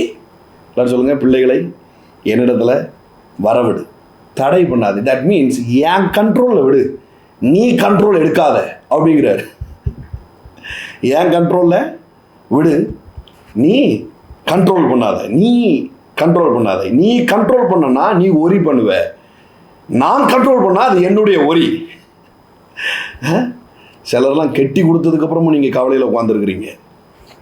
கல்யாணம் முடிஞ்சு பிள்ளையெல்லாம் பிறந்ததுக்கப்புறமும் நீங்கள் உங்கள் பிள்ளைகளை குறித்து கவலையில் உட்காந்துருக்கிறீங்க. நான் சொல்கிறேன், இன்றைக்கு ஒரு ரிசல்ட் உண்டாக போகுது. நித்திய ஜீவனை நீங்கள் பெற்றிருக்கிறீர்கள். உங்கள் குமாரர்களும் குமாரத்திகளும் நித்திய ஜீவனை பெற்றிருக்கிறார்கள். நீங்கள் உங்கள் பிள்ளைகள் மேலே இருந்து கையை எடுங்க. ஹல்லேலூயா. மோசே எப்படி நைல் நதியில் அந்த தாய் அனுப்பிச்சி விட்றா பாருங்க. நைல் நதியில் தாய் அனுப்பிச்சி விட்றா. என்ன நடக்குது? ஊர் முழுக்க அதே வயது ஒத்த பிள்ளைகளுக்கு சாவு நடக்குது. ஆனால் அவங்க கண்ட்ரோலில் இருந்து லூஸ் பண்ணப்பட்ட அந்த குழந்தைக்கு மட்டும் ஜீவன் உண்டாகுது. ஏமே சேலரி ப்ரொவைட் ஆகுது, அந்த குடும்பத்துக்கு மட்டும் சேலரி ப்ரொவைட் ஆகுது, அந்த குடும்பத்திற்கு மட்டும் பெத்த தாயிட்டே பால் குடிக்கக்கூடிய கிருபை உண்டாகுது. ஹாரவா அன்பு ஊட்டப்படுது, சேலரி ப்ரொவைட் ஆகுது, எவனுக்கும் கிடைக்காத கல்வி அந்த பிள்ளைக்கு கிடைக்குது. என்ன காரணம்? அப்படியே லூஸ் பண்ணாங்க பாருங்க, அப்படியே விட்டாங்க பாருங்க. மனது உங்கள் ஸ்பிரிட் மேனு என்ன பண்ணுதுன்னா, உங்கள் பிள்ளைகள் கையை அப்படியே இருக்க பிடிச்சிக்கிட்டே இருக்கு. ஸ்பிரிட்டில் அப்படியே நீங்கள் இன்றைக்கி லூஸ் பண்ணுங்க. ஏமே ஐயோ கடனில் போயிருமோ, ஐயோ முங்கி போயிருமோ, ஐயோ அப்படி ஆயிருமோ, ஐயோ இப்படி ஆயிருமோ, ஐயோ வழி தவறி போயிருமோ, காலேஜெலாம் படிக்குது, செல்லெல்லாம் கையில் வச்சுருக்குது, அதெல்லாம் வச்சுருக்குது, இதெல்லாம் வச்சுருக்குது. எதையும் யோசிக்காதீங்க, எதையும் யோசிக்காதீங்க. நான் சொல்கிறேன், அப்படியே ஸ்பிரிட்டில் லூஸ் பண்ணுங்க. இது இனி கர்த்தருடைய சமூகத்தில் ஒப்படைக்கப்பட்டது. ஹல்லேலூயா, ஹல்லேலூயா, ஆமென். இனி எல்லாம் சொல்லுங்க, இனி என் குமாரர்களும் என் குமாரத்திகளும் கர்த்தருடைய சமூகத்தில் ஒப்படைக்கப்பட்டது. பாருங்க, உங்களுக்கு ஒரு காரியத்தை சொல்கிறேன். ஆபிரகாம் ஒரு பாட்டில் தண்ணியும் கொஞ்சம் பிரெட்டையும் கொடுத்து அனுப்பிச்சி விட்றாரு. எந்த தைரியத்தில் மனுஷன் ஒரு பாட்டில் தண்ணியை விட்டு அனுப்பிச்சி விட்டான்னு தெரில. இஸ்மவேலையும் ஆகாரையும் வெளியே அனுப்பும்போது பாருங்க, ஆதியாகமம் 21, உங்கள் பிள்ளைகளை குறித்ததான கவலைகள் இன்னையோடு உங்கள் வாழ்க்கையில் மறைய போகுது. ஏமே உங்கள் கண்ணு முன்னாடி உங்கள் பிள்ளைங்க நல்லா வாழும். நீங்கள் உங்கள் பிள்ளைகளையும் நீங்கள் காண்பீர்கள். 4ஆம் தலைமுறை வரைக்கும் பார்க்காம நீங்கள் கண்ணை மூட மாட்டீங்க. சும்மா பிறக்கிறது மட்டும் இல்லை, உங்கள் கண்ணு முன்னாடியே அதுகள் வாழ்ந்திருக்கிறத நீங்கள் பார்ப்பீங்க. ஹல்லேலூயா. நீங்கள் சேர்க்காத சொத்துக்களெல்லாம் உங்கள் பிள்ளைகள் சேர்த்து வைக்கிறத நீங்கள் பார்ப்பீங்க. ஆதியாகமம் 21. ஆபிரகாம் அதிகாலையில் எழுந்து 14வது வசனம், அப்பத்தையும் ஒரு துருத்தி தண்ணீரையும் எடுத்து வைத்து ஆகாருடைய தோளின் மேல் வைத்து பிள்ளையையும் ஒப்பு கொடுத்து அவளை அனுப்பி விட்டான். அவள் புறப்பட்டு போய் பெயர்செபா வனாந்தரத்தில் அலைந்து திரிந்தாள். துருத்தியில் இருந்த தண்ணீர் செலவழிந்த பின்பு அவள் பிள்ளையை ஒரு செடியின் கீழே விட்டு, பிள்ளை சாகிறதை நான் பார்க்க மாட்டேன் என்று எதிராக அம்பு பாயும் தூரத்தில் போய் உட்கார்ந்து சத்தமிட்டு அழுதாள். அழுதது யாரு? ஆகார் அழுதா. சரியா? அடுத்த வசனம் பாருங்க. தேவன் பிள்ளையின் சத்தத்தை கேட்டார். அழுதது நானு. ஒரு வெளிச்சத்தை உங்களுக்கு சொல்றேன். உங்க கையில ஏன் காசு வரணும் தெரியுமா? ஏன் வருது தெரியுமா? உங்க பிள்ளைகளுக்காக தான் உங்க கையிலேயே காசு வருது. ஏன் நீங்க உங்களுக்கு சொத்து சேர்க்கணும் தெரியுமா? உங்க பிள்ளைகளுக்காக தான் நீங்க சொத்து சேர்க்கணும். ஏன் தேவன் உங்களுக்கு ப்ரொவைட் பண்றேன்னு சொல்றாரு தெரியுமா? உங்க பிள்ளைகளுக்காக. தேவன் உங்க சத்தத்தை இல்லை, உங்க பிள்ளைங்களுடைய சத்தத்தை கேட்கிறார். ஹல்லேலூயா. மோரபா ஷதலா. அதனால தான் சொல்றேன், கண்ட்ரோலை லூஸ் பண்ணுங்க. தூரமா அம்பு பாயிற டிஸ்டன்ஸ்ல உட்காருங்க. உங்க கண்ணீர் இல்லை, உங்க பிள்ளையினுடைய வாழ்க்கையை தேவன் உற்று நோக்குகிறவரா இருக்கிறார். ஹல்லேலூயா. மோரபா. எனக்கு பிறந்துட்டு என் பொறுப்பு, நான் அப்படின்னு யோசிக்கிறதுனால ஒரு ஏறிட்டே இருக்கு. நிறைய தாய்மார்களுடைய கவலையே பிள்ளைகளை பற்றியே தான் இருந்திருக்கு. தாய் தகப்பனுடைய கவலைகள் வேற எதை பற்றியும் ஒரி பண்ணுறது இல்லை. அதெல்லாம் 10% தான். 90% பிள்ளைகளை பற்றியே தானே ஒரியாக தான் இருந்துக்கிட்டே இருக்குது. பாருங்க, இதுகளுக்காக தானே பிரதர், இதுகளுக்காக தானே இப்படிலாம் அப்படின்னு உருண்டு பிறந்துக்கிட்டு இருக்கேன் அப்படிங்கிறாங்க. நான் சொல்கிறேன், இன்றைக்கு கையை தூர எடுங்க.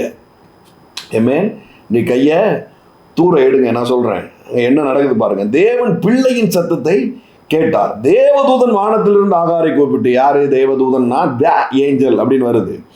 த ஏஞ்சல்னா இயேசு கூப்பிடுறாரு. இயேசு தான் த ஏஞ்சல், கர்த்தருடைய தூதனானவர் அப்படின்லாம் வரும் தமிழ்ல. இதுல தூதன் போட்டிருக்குது, த ஏஞ்சல் இங்கிலீஷ்ல போட்டிருக்குது. ஆகாரை மீட் பண்ணது யாரு? பிள்ளையினுடைய சத்தத்தை கேட்டது யாரு? இயேசு.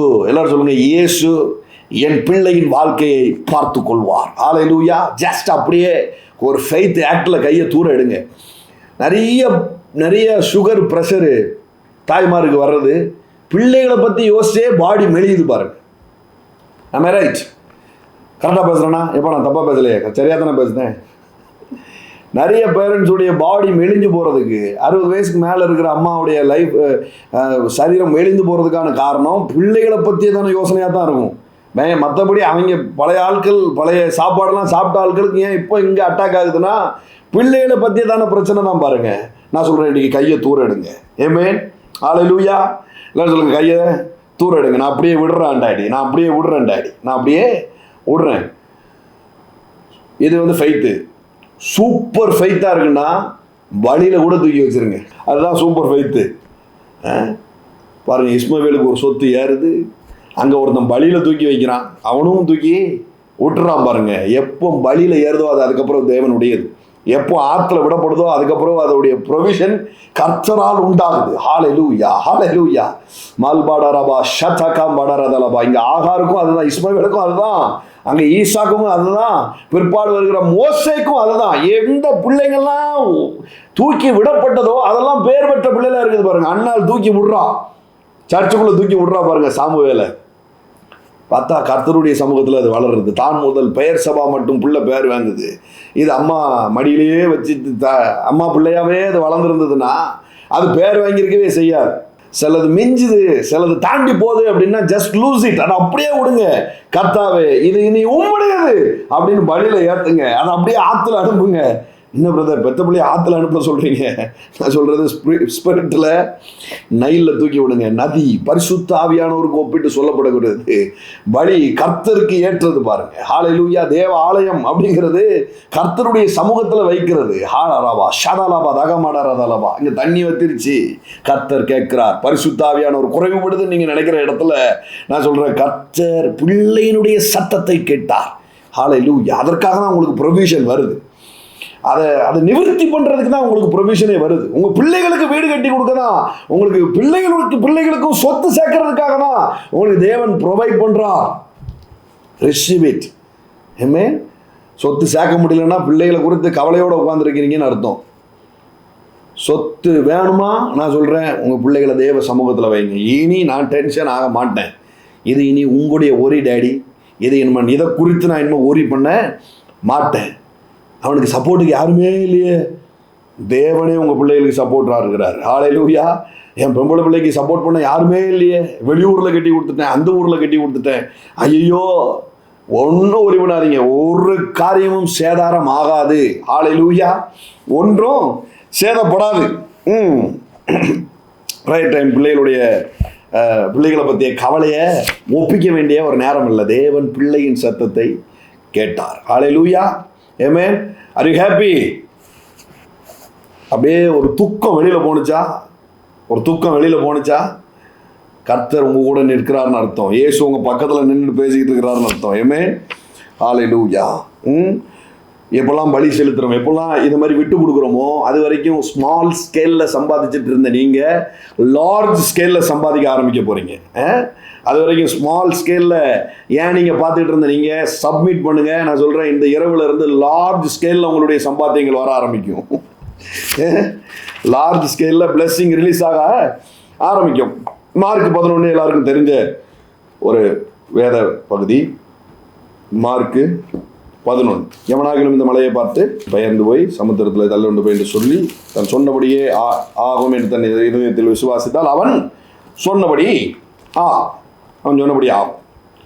அவன் சொன்னபடி ஆகும் என்று மெய்யாகவே உங்களுக்கு சொல்லுகிறேன். ஆதலால் நீங்கள் ஜெபம் பண்ணும் போது எவைகளை கேட்டுக்கொள்வீர்களோ அவைகளை பெற்றுக்கொள்வோம் என்று விசுவாசியுங்கள், அப்பொழுது அவைகள் உங்களுக்கு உண்டாகும் என்று சொல்லுகிறேன். நீங்கள் நின்று ஜெபம் பண்ணும் போது சொல்றாரு, இப்படிதான் நடக்க போகுது. இல்லை சொல்லுங்க, நான் சொன்னால் மழை விலகும், நான் எதை கேட்கணும் அது எனக்கு கிடைக்கும். இப்படி தான் நடக்க போகுது. இதுக்கு பின்னாடி ஒன்றே ஒன்று மட்டும் சொல்கிறாரு பாருங்க, இப்படி தான் நடக்க போகுது. அதனால் நீ ஒன்று கற்றுக்கோ. நீங்கள் நின்று ஜெபம் பண்ணும்போது ஒருவரின் பேரில் உங்களுக்கு யாதொரு குறை உண்டாயிருக்குமானால் பரலோகத்தில் இருக்கிற உங்கள் பிதா உங்கள் தப்பிதங்களை உங்களுக்கு மன்னிக்கும்படி அந்த குறையை அவனுக்கு சொல்லுங்க, அவனுக்கு மன்னியுங்கள். சிம்பிள்ங்க. ப்ரேயருக்குள்ளே போகும்போது நித்திய ஜீவனை நான் பெற்றிருக்கிறேன், எனக்கு கண்டிப்பாக ரிசல்ட் உண்டு. ஒன்று, யாரையாவது நான் மன்னிக்காமல் இருந்தேன்னா இப்போ நான் மன்னிக்க போகிறேன்.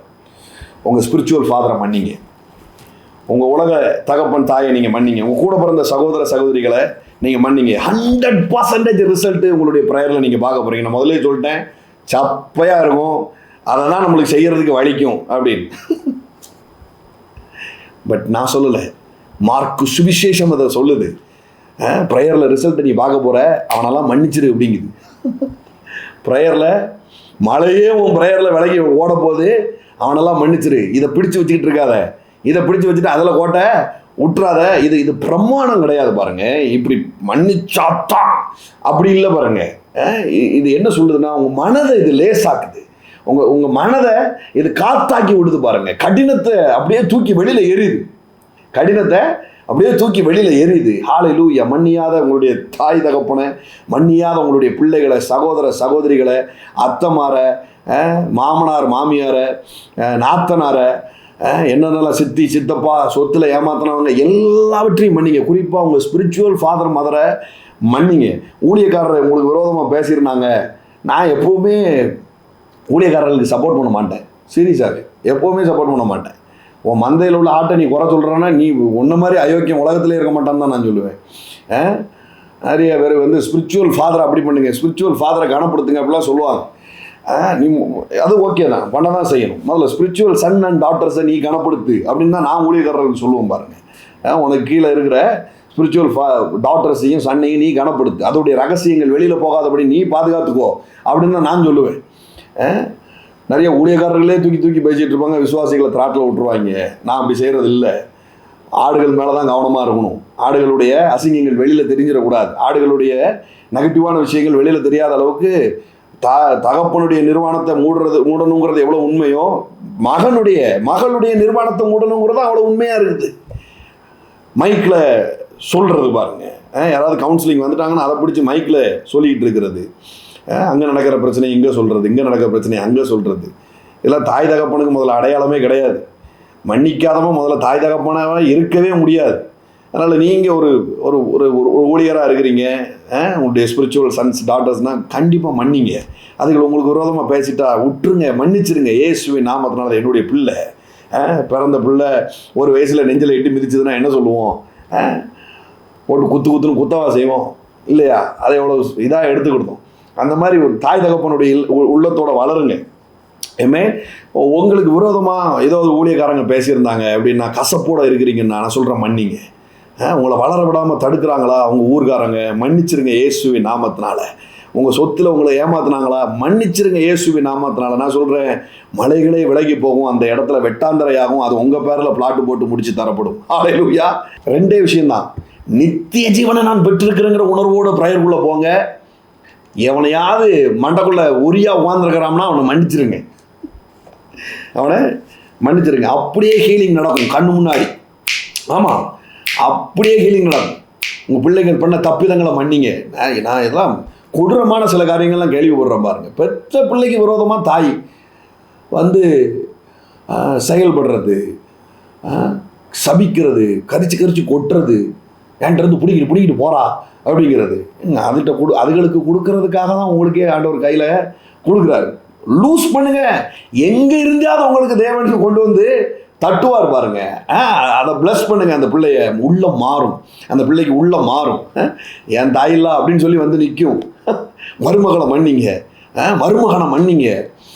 அப்படியே உண்டாகும் பாருங்க, அப்படியே உண்டாகும். ரட்சிப்பை கண்ணு முன்னாடி நீங்கள் அனுபவிப்பீங்க. இன்றைக்கு ரட்சிக்கப்படாத உங்களுடைய பிள்ளைகள், ரட்சிக்கப்படாத உங்கள் மருமக்கள், பேத்தி பேரன்லாம் இன்றைக்கி ரட்சிக்கப்பட போகுது. ஏமே அவர் சமூகத்தில் விடுங்க, அவர் சமூகத்தில் விடுங்க. 2 கொரிந்தியர் முடிச்சிடுறேன். ஏன்னா எனக்கு இன்றைக்கி 7:30 வேறு ஒரு அப்பாயின்மெண்ட் இருக்குது. அதனால தான் அவசரமாக சொல்ல வந்தேன். ஆனால் அவையானவர் ஒரு ஃப்ளோவில் போயிட்டு இருக்கிறதுனால நான் கண்டினியூ பண்ணுறேன். 2 கொரிந்தியர் 2ஆம் அதிகாரம் 5ஆவது வசனத்தில் தான் 2:5 துக்கம் உண்டாக்கினவன் எனக்கு மாத்திரமல்ல, ஒருவாறு உங்களுக்கு எல்லாருக்கும் துக்கம் உண்டாக்கினான். நான் உங்கள் எல்லோரும் மேலும் அதிக பாரம் சுமத்தாதபடிக்கு இதை சொல்லுகிறேன். அப்படிப்பட்டவனுக்கு அநேகரான் உண்டான இந்த தண்டனையே போதும். ஆதலால் அவன் அதிக துக்கத்தில் அமிழ்ந்து போகாதபடி நீங்கள் அவனுக்கு மன்னித்து ஆறுதல் செய்ய வேண்டும். அந்தபடி உங்கள் அன்பை அவனுக்கு காண்பிக்கும்படி உங்களை வேண்டிக் கொள்கிறேன். நீங்கள் எல்லாவற்றிலையும் கீழ்ப்படுத்திருக்கிறீர்களோ என்று உங்களை சோதித்தறியும்படிக்கு இப்படி எழுதினேன். ஒரு டெஸ்ட் நான் உங்களுக்கு வைக்கிறேன் அப்படின்னு சொல்றாரு. ஒருத்தர் ரொம்ப துக்கம் உண்டாகனா நான் அவனை மன்னிச்சிட்டேன், இப்போ நீங்கள் என்ன செய்ய போறீங்க அப்படிங்கிறாரு. ஒரு டெஸ்ட்டு, ஒரு டெஸ்ட், எல்லாம் சொல்லுங்க, ஒரு டெஸ்ட்டு. எவனுக்கு நீங்கள் மன்னிக்கிறீர்களோ அவனுக்கு நானும் மன்னிக்கிறேன். மேலும் எதை நான் மன்னித்திருக்கிறேனோ அதை உங்கள் நிமித்தம் கிறிஸ்துவனுடைய சன்னிதானத்திலே மன்னித்திருக்கிறேன். சாத்தானாலே நான் மோசம் போகாதபடிக்கு இப்படி செய்தேன். அவனுடைய தந்திரங்கள் நமக்கு தெரியாதவைகள் அல்லவே. அவனுடைய தந்திரம் என்ன அப்படின்னு சொல்றான்னா, மன்னியாத ஒரு இருதயத்தை தான் உங்களுக்குள்ள வைக்கிறான். அதுதான் சாத்தானுடைய தந்திரமா இருக்குது. உங்க ப்ரேயர் 100% ரிசல்ட் ஆகாம இருக்கிறதுக்கு சாத்தானுடைய தந்திரம் உங்களுக்கு தெரியுங்களா அப்படின்னு சொல்றாரு. சாத்தானுடைய தந்திரம் தேசத்துக்கு விரோதமாக அவனை எழுப்புதான், இவனை எழுப்பும். ஒன்றும் எழுப்பல. மன்னியாத ஒரு இருதயத்தை என்ன பண்றான், என்கரேஜ் பண்ணிட்டு இருக்கிறான். அவனெல்லாம் விட்டுறக்கூடாதுடா, அவன் அந்த மாதிரி பேசியிருக்கவே கூடாதுடா, அவன் எப்படி கழுத்து போடாமல் விட்டான், அவன் எப்படி உன்னை ஏமாத்தி இப்படியே சாத்தான் என்ன செய்யறானா சொல்றான், எனக்கு ரொம்ப துக்கம் உண்டாகணாம்பா, அவனை நான் மன்னிச்சிட்டேன், இப்போ உனக்கு ஒரு டெஸ்ட் வைக்க போறேன், நீ என்ன செய்ய போற அப்படின்னு கேட்கிறாரு பவுல். ஏமே இந்த கேள்வி உங்களுக்கு நீங்க எழுப்புங்க, நீங்க என்ன செய்ய போறீங்க? ஏக்கர் கணக்கில் லேண்டு வேணுமா, இல்லை மன்னிக்காம அந்த 4.5 சென்ட்லேயே முட்டிட்டு மோத போகிறோமா? ஏக்கர் கணக்கில் லேண்டை வாங்க போகிறோமா, சம்பாதிக்க போகிறோமா, இல்லை இதுலேயே முட்டி மோத போகிறோமாங்கிறத நீங்கள் முடிவெடுத்துக்கோங்க. ஏமே கர்த்தர் நல்லவர். உங்கள் பிள்ளைகளை குறித்து கவலைகள் இன்றையோடு உங்கள் வாழ்க்கையிலிருந்து வெளியேறட்டும். Thank you holy spirit, thank you holy spirit, thank you holy spirit. நித்திய ஜீவனை நான் பெற்றிருக்கிறேன். என்ன சொல்லுங்க, நித்திய ஜீவனை நான் பெற்றிருக்கிறேன். அப்படியே ஒரு 2 நிமிஷம் ப்ரேயர் பண்ணுவோம், அப்படியே முடிப்போம். நித்திய ஜீவனை நான் பெற்றிருக்கிறேன் டாடி. எனக்கு விரோதமாக செயல்பட்ட ஜனத்தை நான் மன்னிக்கிறேன், இயேசுவின் நாமத்தினால மன்னிக்கிறேன். என் உறவுகளை நான் மன்னிக்கிறேன் டாடி. என்னையே நான் மன்னிக்கிறேன். முதல்ல நிறைய பேர் தன்னையே மன்னிக்கிறது இல்லை, குற்ற உணர்ச்சியில் உட்காந்துட்டு இருக்கிறீங்க. நான் சொல்கிறேன், என்னையை நான் மன்னிக்கிறேன். நான் செஞ்ச தப்பு தான், நான் என்னையை மன்னிக்கிறேன். என் மனைவியை மன்னிக்கிறேன், என் கணவனை நான் மன்னிக்கிறேன், என் பிள்ளைகளை நான் மன்னிக்கிறேன், என் தாய் தகப்பனை நான் மன்னிக்கிறேன், நான் என்னையை மன்னிக்கிறேன், நான் தப்பு பண்ணிட்டேன் ஆண்டவரே, நான் என்னையை மன்னிக்கிறேன். Thank you holy spirit. சொல்லும் போதே பெருசாக ப்ரேயர்லாம் பண்ண வேண்டியிருக்காது பாருங்கள். மலைகள் விலகும், ஏமே சமுத்திரத்தில் தள்ளுண்டு போ, அந்த இடம் பிளாட்டு போடும். நிறைய நான் இந்த மீட்டிங்கில் இருக்கிற உங்கள் எல்லாரையும் நான் ப்ளஸ் பண்ணுறேன். இந்த கூகுள் மீட்டில் இருக்கிறவங்க எல்லாரையும் ப்ளஸ் பண்ணுறேன். இந்த வருஷத்தில் சில அடையாளத்தை தேவன் உண்டு பண்ணுவார். அதில் முக்கியமான அடையாளம் உங்கள் பேரில் பத்திரங்கள் போடப்படும். சில லேண்டை நீங்கள் வாங்குவீங்க, உங்கள் பிள்ளைகளுக்கு லேண்டை நீங்கள் வாங்க போகிறீங்க. Hallelujah. I bless you in the name of Jesus. So இந்த வார்த்தையினால் நீங்கள் ஆசீர்வதிக்கப்பட்டிருந்தா நிச்சயமாக விதைங்க, கண்டிப்பாக விதைங்க. ஸோ இதுதான் இந்த வேடை நம்ம ஹானர் பண்ணுறோம் அப்படிங்கிறதுக்கான ஒரு அடையாளம். ஸோ தொடர்ந்து வார்த்தைகளை கேட்குறீங்க, நிறைய பேர் விதைக்கிறீங்க. Bless you. சிலர்லாம் மந்த் ஆன் மந்த் ரெகுலராக விதைக்கிறீங்க, சிலர் வீக் ஆன் வீக் விதைக்கிறீங்க, சிலர் தினந்தோறும் விதைக்கிறீங்க. எல்லாரையும் நான் ஆசீர்வதிக்கிறேன். உங்கள் விதைகளை தேவன் கனப்படுத்துவார். பள்ளிக்கு பெருகுவீங்க, பூமியை நிரப்புறீங்க. 2 விஷயம் மறுபடியும் ஞாபகம் வச்சுக்கோங்க. உள்ளே போகும்போது, ப்ரேயருக்குள்ளே போகும்போது நித்திய ஜீவனை பெற்றிருக்கிறேன்னா அடையாளமே என் ப்ரேயர். இன்றைக்கு பாருங்களேன், இந்த அறிவு எல்லாருக்காகவும் நம்மளால் ப்ரேயர் பண்ண முடியும். ஆமாம், நான் ப்ரேயர் பண்ணால் நடக்கும் வாயா அப்படின்னு சொல்லி தைரியம் உண்டாகும் அப்படின்னு சொல்லியிருக்குது இல்லையா 1 யோவான் 5. அது ஒரு தைரியம். யாருக்காகவும் நம்மளால் ப்ரேயர் பண்ண முடியும் பாருங்கள். ஊழியக்காரனுக்காக வெயிட் பண்ண வேண்டிய அவசியம் இல்லை. யாராவது ஒரு தீர்க்கதரிசி வரமாட்டாரான்னு நீங்கள் வெயிட் பண்ண வேண்டிய அவசியம் இல்லை. இந்த ஊரை காப்பாற்ற யார் வருவார் அப்படின்னு உடனே கதவை திறந்து யாராவது வருவாங்கன்ட்டுலாம் யோசிக்க வேண்டிய இது இல்லை பாருங்கள். யாருக்காகவும் நீங்கள் ப்ரேயர் பண்ண முடியும். ஏன்னா நீங்கள் நித்திய ஜீவனை பெற்று இருக்கிறீர்கள். எந்த மனுஷனுக்காகவும் எந்த வியாதிக்காகவும் உங்களால் ப்ரேயர் பண்ண முடியும். ஏன்னா நீங்கள் நித்திய ஜீவனை பெற்றிருக்கிறீங்க. உள்ளே போகும்போது சொல்லுங்கள், அந்த ஆள் பேசுனது மண்டக்குள்ளே இருக்குது டேடி, அவனை மன்னிக்கிறேன் அப்படின்னு சொல்லிட்டு உள்ளே போங்க. டக்குன்னு உங்களுக்கு ஒரு பெரிய விடுதலை உண்டா. ஹல்லேலூயா. God bless you. பெரிய விஷயத்தை பேசியிருக்கிறேன்னு நான் நினைக்கிறேன். மன்னிக்க தெரிஞ்சவன் மனுஷன், மன்னிப்பு கேட்க தெரிஞ்சவன் பெரிய மனுஷன். So bless you. God bless you. உங்கள் விதைகளை ஆசீர்வதிக்கிறேன். பழுகி பெருகுங்கள், பூமியை நிரப்புங்கள். God bless you. Thank you. God bless you.